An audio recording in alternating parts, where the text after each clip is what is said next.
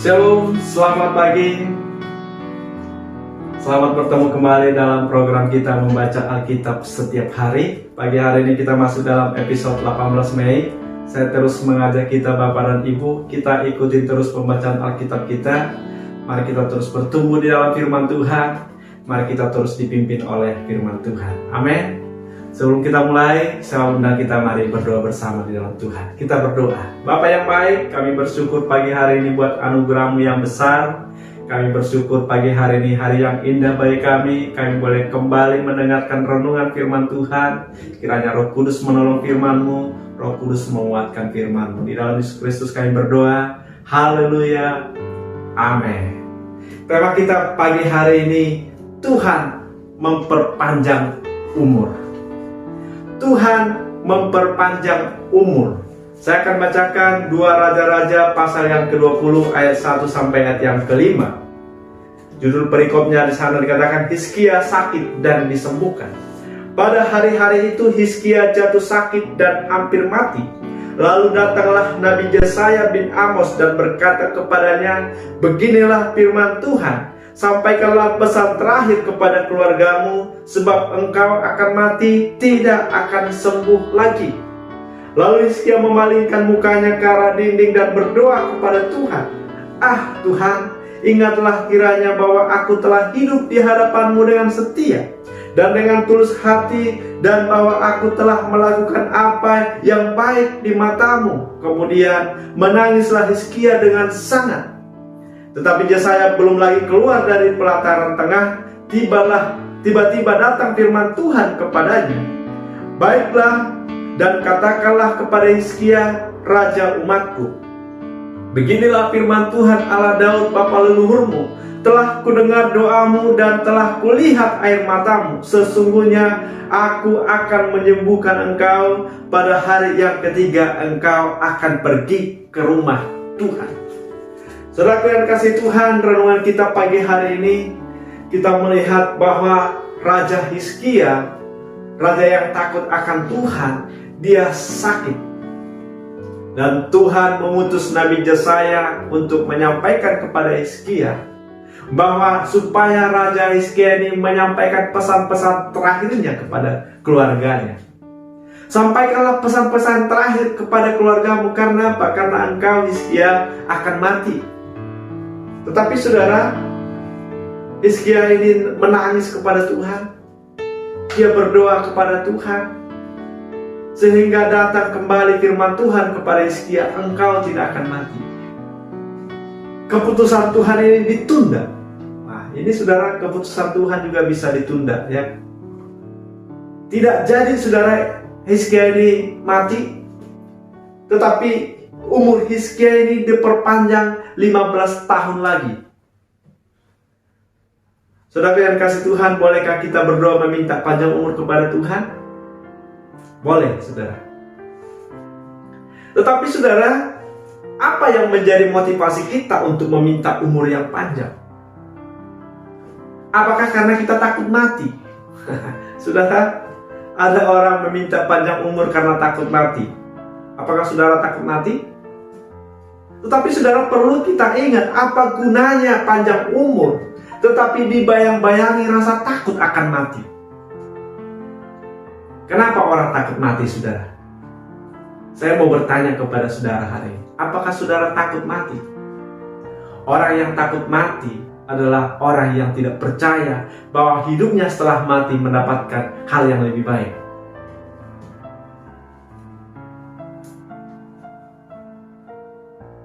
Karena dia tidak percaya apakah dia setelah mati, apakah dia masuk neraka atau masuk surga.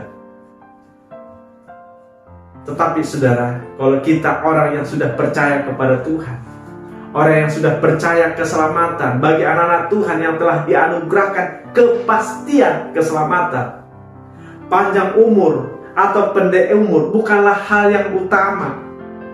Tetapi hal yang utama adalah bagaimana kita mengisi kehidupan kita ini dengan hal-hal yang baik, hal-hal yang berguna, hal-hal yang berkenan kepadanya. Inilah yang utama. Apa motivasi kita meminta panjang umur? Supaya kita berkontribusi buat keluarga. supaya kita boleh berkontribusi buat gereja. Ini motivasi yang baik, saudara. Ini motivasi yang mulia. Tetapi kita juga harus berserah kepada kedaulatan Tuhan yang menentukan panjang umur atau pendek umur. Kita juga harus menyerahkan diri kepada kedaulatan Tuhan. Dalam renungan kita pagi hari ini, saudara, apa yang menjadi motivasi Hizkia meminta umurnya dipanjangkan oleh Tuhan? Di ayat ini tidak dijelaskan, saudara, apa yang menjadi motivasinya Hizkia. Tetapi saudara, kita melihat bahwa kedaulatan Tuhan itulah yang terjadi. Kedaulatan Tuhanlah yang mengabulkan atau menolak permohonan Hizkia. Kedaulatan Tuhanlah yang menolak atau menerima permohonan kita. Di dalam Mazmur ayat 90 ayat yang ke-12 dikatakan, ajarlah kami menghitung hari-hari kami sedemikian, sehingga kami beroleh hati yang bijaksana. Biarlah saudara, hari-hari yang Tuhan berikan kepada kita, hari-hari yang kita sedang miliki ini, biarlah kita menjalaninya dengan hati yang bijaksana. Tapi ketika kita melihat Hizkia setelah umurnya diperpanjang, bagaimana Hizkia mengisi kehidupannya? Justru Hizkia tidak mengisi kehidupannya dengan hikmat Tuhan. Tetapi saudara, dia membangun persekutuan dengan Babel. Dia membangun persekutuan dengan negara yang kuat ini. Dia tidak mengandalkan Tuhan. Dia tidak membangun hubungannya yang semakin indah bersama dengan Tuhan. Dia tidak melakukan apa yang dikehendaki oleh Tuhan. Sehingga Nabi Yesaya mendatangi Hizkia, bahwa malah petaka akan mendatangi engkau. Saudaraku yang kasih Tuhan, ketika kami sekeluarga terpapar juga COVID-19, hari pertama memang agak cemas juga, saudara ya. Malam pertama itu tidak bisa tidur, saudara. Ya, saya tidak bisa tidur, ternyata istri saya juga nggak bisa tidur. Hati cemas juga, saudara ya. Tetapi saudara, hari kedua saya tidak cemas lagi. Saya berdoa kepada Tuhan. Saya berkata demikian, Tuhan, Engkau yang berdaulat atas hidupku, jadilah kehendak-Mu. Jadi selama dalam perjuangan itu, saya tidak pernah meminta kesembuhan dari Tuhan. Biar Tuhan kehendak-Mu yang jadi.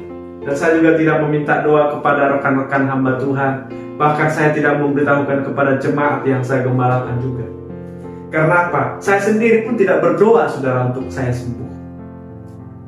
Tapi saya katakan kepada Tuhan, biarlah Engkau yang berdaulat. Saya merendahkan hati di hadapan-Mu. Apapun keputusan Tuhan, saya terima hari ini dengan baik. Saya terima dengan ikhlas. Dan puji Tuhan, hari kedua sudah bisa tidur dengan nyenyak. Bahkan kata istri saya, tidur dengan ngorok-ngorok, saudara ya. Dan sampai hari ke-14, hari yang ke-21, bahkan 1 bulan berlalu, semuanya berlalu dengan baik. Dan saya pun tidak mengalami gejala apapun. Dan saya percaya semuanya itu karena kedaulatan Tuhan. Saya tidur satu kamar dengan istri saya. Saya memang tidak periksa ke dokter, tapi memang istri saya periksa bahwa dinyatakan positif. Anak saya 2 orang pun demam. Tapi saya sendiri, saya tidak mengalami gejala apapun. Dan saya bersyukur semuanya karena anugerah Tuhan. Jadi saudaraku, mari kita jangan takut mati. Ketika kita takut mati, saudara, bahkan kematian itu semakin dekat. Tapi biarlah kita serahkan hidup kita kepada Tuhan yang berdaulat. Karena apa, saudara? Ketika kita sudah punya kepastian keselamatan, maka panjang umur, pendek umur bukan lagi hal yang utama bagi kita. Tetapi hal yang utama adalah bagaimana kita mengisi kehidupan kita ini. Bagaimana kita berguna, berkenan kepada Tuhan. Amin. Tuhan memperpanjang umur kita. Demikian renungan kita pagi hari ini. Tuhan memberkati. Kita berdoa. Terima kasih untuk pagi hari ini Tuhan. Kami bersyukur buat firman-Mu. Kiranya firman-Mu memberkati kami menjadi renungan yang menyegarkan iman kami. Di dalam Yesus Kristus kami berdoa, haleluya, amin. Selamat pagi, selamat beraktivitas, Tuhan Yesus memberkati.